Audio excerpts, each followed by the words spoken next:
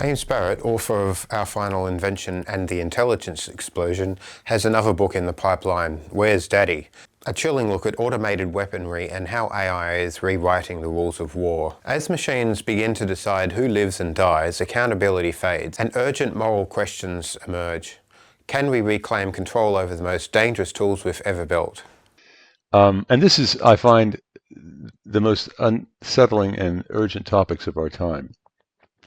And that's the rise of artificial intelligence in warfare. We always thought,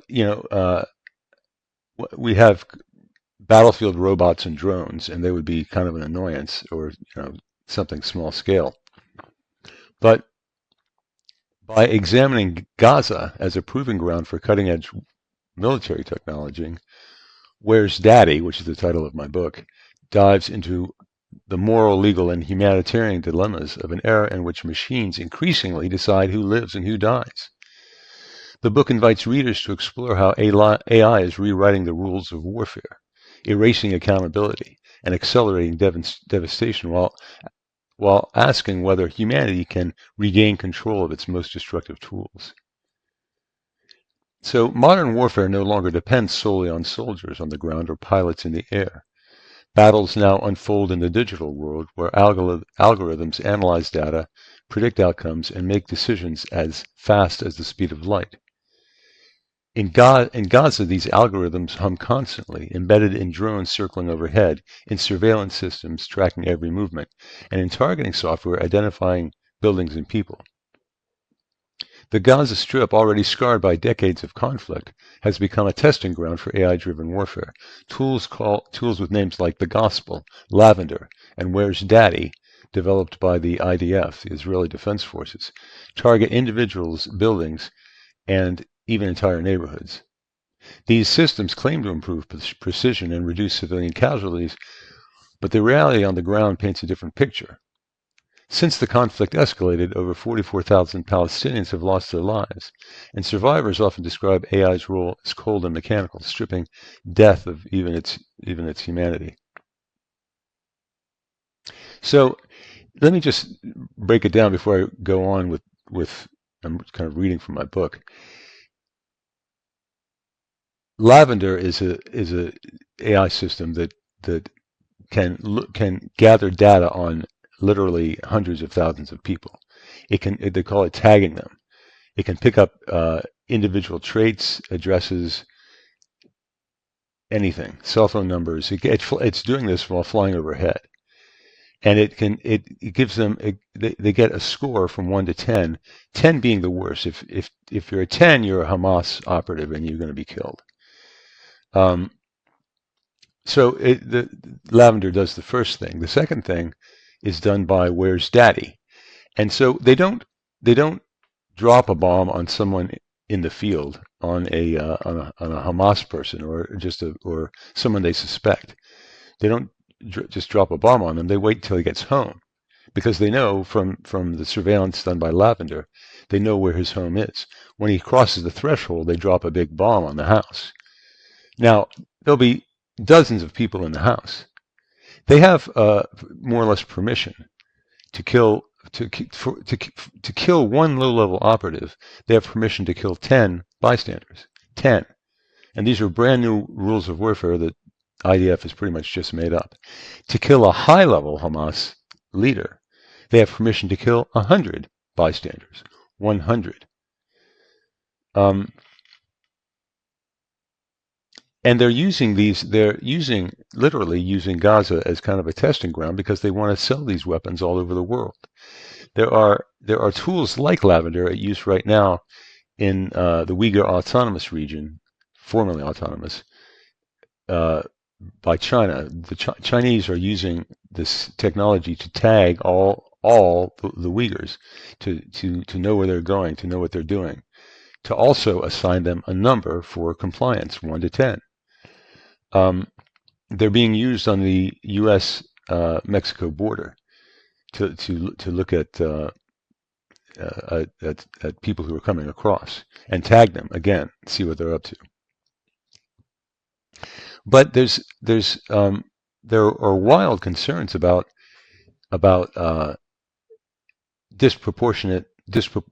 what's called disproportionate killing. In America, we have this rule that if you kill one person, you can also kill a bystander in war. One bystander, maybe two. Nobody has ever said we can kill 10 bystanders or 100. Now, let me break down some of these numbers for you. The IDF says their AI missile and bombing targeting is 90% accurate. 90% accurate. That means only 10% of the people killed out of the 48,000. Only 10% are actually are Hamas or connected to terrorists. In fact, their targeting system is only 25% accurate. 25%, not 90. That means out of the 48,000 killed, 75% of them, 36,000, were bystanders, non-combatants. 20,000 of those were children. The IDF was allowed to kill, as I said, 20 bystanders to assassinate one low-level Hamas member, 100 bystanders to kill a high-ranking Hamas member. This is genocide, and it's illegal.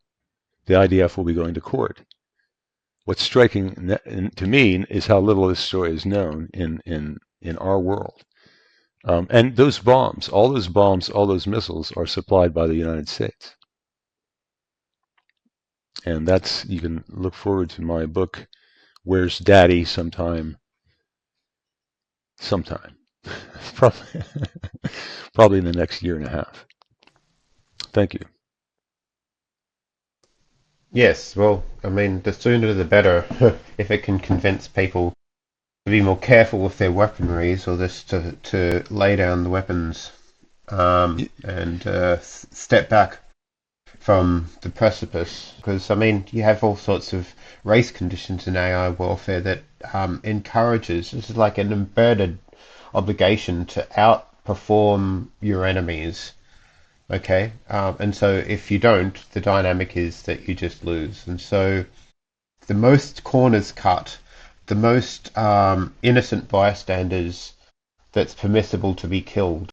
I'm worried. You know? Yeah, well, what's going to happen in the short term is the IDF and Peter Thiel's company, which escapes me at the moment, they're building some of these tracking machines. What's going to happen is the rich countries are going to be massacring the poor countries. So this is what's happening in Gaza. The rich power is, Palantir, exactly. They were involved in the surveillance on the Mexican border. And I'm sure highly suspect they're involved with this. And it's staggering. I know the Palestinians aren't innocent. I mean, what set off the Gaza war was when Palestinians killed 1,000 Israelis in October of 23, killed 1,000 Israelis and took 200 as hostage. They started this conflict. But in the end, they killed 1,000 people. And 44,000 Palestinians lost their lives. 20,000 of them were children. And there's no possible excuse for that. Yeah, it's particularly horrifying. It's absolutely horrifying, and that's why I'd like to get the book out fast, which will be impossible because of just getting access to some of these people. Yeah, right. So you'd be interviewing some of the people involved in these projects? Yes, I'd like to. Yeah. Okay. Involved in the projects, there were four retired veterans who operated this machinery, who spoke with journalists at two different Israeli. So I hope to contact them. So they were behind the controls of these machines. So they know exactly. I have no, I'd like to write a book and then maybe make a film, because I make documentary films half the time. But getting access to these machines, I think, is a long shot. Right. A very long shot. Yeah. Did you want to get access to some of the people on the frontiers of military tech? Yeah. Or, yeah. Are you Yes, worried about your own safety? yes. I am interested in getting close to some people on the frontiers of military tech. I've been to Israel about 7 times. It's always tense, especially Jerusalem. It's always tense. I've been to Gaza. I've never been to Gaza. I won't recognize it. I've never been to Gaza when it was flattened and Mm, with hundreds of bodies buried under the rubble. mm, Um, what I'll do is I'll get, what we do in the film business is we get a really competent fixer or organizer to go with us everywhere, and we'll have a Palestinian fixer tell us where to go and where not to go, and we'll have an mm, Israeli fixer for when we're in Israel, when we're on the other side of the border. mm. This is all, yeah. If anybody out there knows of any contacts that would be useful for this, please contact me. Look up my website and you can contact me through jamesbarrat.com. Mhm, James Barrat, Barrat.com. mhm. Um, I've got a number of contacts there, but none of them are. One of them, I had a sound man that had been in the military, but he he won't be of any use in this. In talking to the people, I mean, are they reticent to tell you some of the details because they fear for, the either the information getting out and being used, reverse engineered by their enemies, um, get people getting ideas from it, or are they worried about their own safety and the safety of their family? I think What? I think the cat is out of the bag. What's amazing is how deaf Western ears are to the information. I mean, Time magazine did a like 1 page article about Where's Daddy and Lavender. Hmm, Um, like 1 page. It's hard to find articles. There are journalists who've broken this story, and they broke it in Israel, and they're still alive. So I hmm, think the cat's out of the bag. I don't think the numbers are out of the bag. I don't think anyone besides these journalists have really analyzed these numbers to see how many people lost their lives and how inefficient the systems really are. They're hmm, 25% accurate. hmm, If you were had a tank that only hit 25% of its targets, it wouldn't be a very good tank. And the hmm, rest of the people, the bystanders, the uh, the families are you know are just being mowed down. Now, along with those people that are being mowed down, the bystanders will no doubt be some low-level Hamas people and some low-level dissidents of other kinds. But the vast majority are going to be more or less innocent people. And how guilty could 20,000 children be? hmm. Yeah, it's pretty shocking. I mean, the utility calculus that's going into deciding how many people can die at the with for the chance of hitting a low-level Hamas operative is chilling. And whether they're going to scale up the amount of um, collateral damage that's okay in order to make a Hamas kill. This sort of logic is just going to, do you think, extend to other scenarios outside of war? Like, will people use this kind of logic in order to win political campaigns, in order to sort of muffle and quell sort of opposing nation states?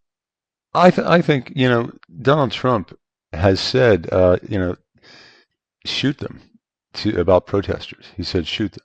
So I don't. I think the sky's the limit. I think these. The funny thing about it's funny in a strange way, but the funny thing about military weapons is once you see them on the battlefield, you're soon going to see them on the street.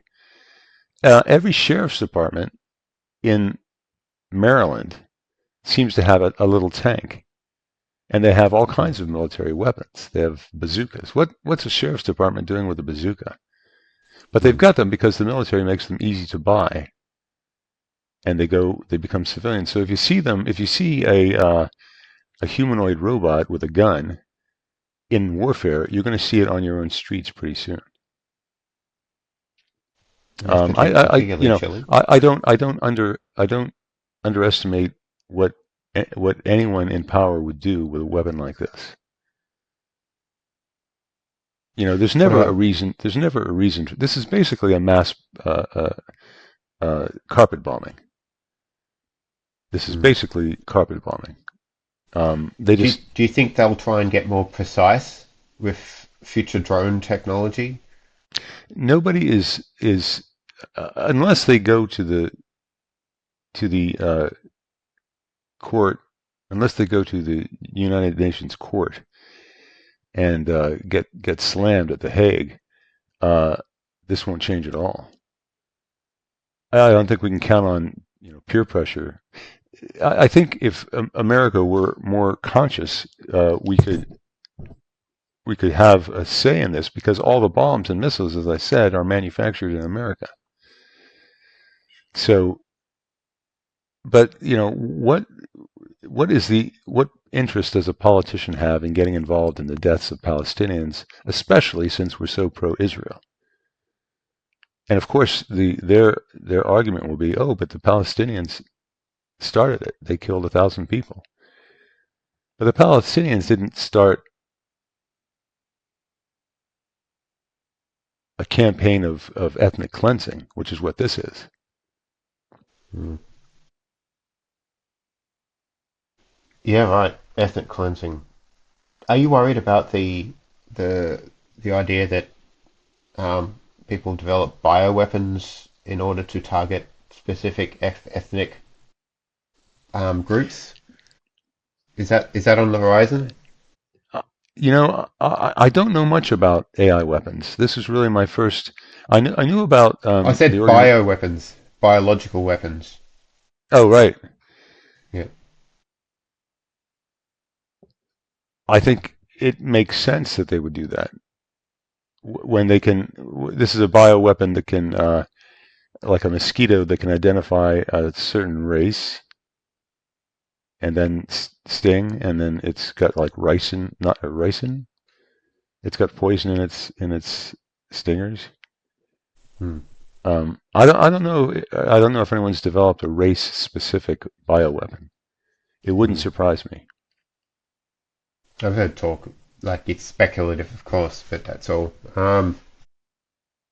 Yeah, someone said that it's. It would be a worry. Mhm. Yeah. There's plenty to worry about. Okay. Now, yeah. So Harai has suggested that he is really sad, and that tech should have been the great equalizer. There was a lot of I guess optimism about technology in the early dot-com boom days, and I guess ultimately, if Nick Boston's correct with if well, he's not making a prediction, but he says if we do get this utopia, then maybe we'll have, technology will be the great equalizer. But it's yeah, there's a lot to say about today that looks like it's not really heading in that direction. Mm.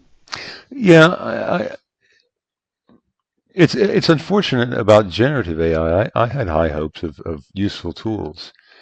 Um, the president of Microsoft just came out and said they're getting no value out of the AI that they're using. So Hmm. that's alarming. No value. I get value out of it, but maybe they're not getting financial value. Is that what they mean? Yeah, that's what there's an if you Google CEO Microsoft AI, you can probably find that article. Also, if anybody wants to read more about Where's Daddy and Lavender and the gospel and these weapons, just Google Gaza Lavender Where's Daddy question mark, and Hmm. you'll start to find the articles written by these Israelis. Oh wow. Yeah, you're right about Microsoft. Yeah, the what's his name? I forget the name of the guy, but they've backed out of this huge data center. Hmm. Um, what's his name? Satya Nadella. That's the guy I think you're Yeah. talking about. Hmm. So yeah, I mean, there's a lot of promise with it. There does seem to be interesting emergent capability in AI that it was very hard to predict would come along. Yeah, so the grokking was one of the things that people realized. You'd feed it a data set of numbers that were generated from a function. The function was basically whatever, had some maths in it that was generating a set of numbers, right? Without Yeah. giving the LLM the actual function code. And of course, this function was completely new. It didn't exist on the internet, so it couldn't have been trained on in the past. So what they did is they gave this set of numbers and took away maybe half or a third of them, and then trained and trained AI. Once it got to a certain point, it suddenly sort of flipped, and then suddenly, quote unquote, understood how to generate the correct numbers. So in a Hmm. sense, it like that, like people say that's a form of understanding instead of just being a glorified lookup sort of Yeah. certain database thing. It's actually finding out how all these numbers were generated behind the scenes. Of course, you look at the model and you can't see what's going on inside the model very well because it's No. opaque. It's enormous and it's just incredibly complex. So this grokking phenomenon is really interesting, and that's been That's going for some that's time. from that's grokking is a term from the book Stranger in a Strange Land, right? Correct. Yeah, Um, Stanislav Lem, I think. Hmm. yeah. Uh, so mechanistic interpretability is the science of trying to understand what's happening inside Yeah. generative AI. And Yep. I find that absolutely fascinating. There are some people, I interviewed some people for the book that do that. Hmm. And there's Okay. only, they, Yep. they thought there's only about 50 people who are doing this. And this is Hmm. trying to figure out, uh, when you, when you put in an input into, when you're teaching generative AI, where does it go? What part of this, like, nebulous electronic, Hmm. you know, set of neurons, where does the piece you just fed it go? And in fact, it's taken apart and put in different places, Hmm. which makes it even more bizarre because then when you ask it a question, it answers a question, it has to go all over the place to find Hmm. pieces. I find Yeah. I think it's Jeffrey and Hinton wrote about that. This distributed representation going on inside neural networks. Jeffrey Hinton, the father of neural networks. Yeah. Yeah.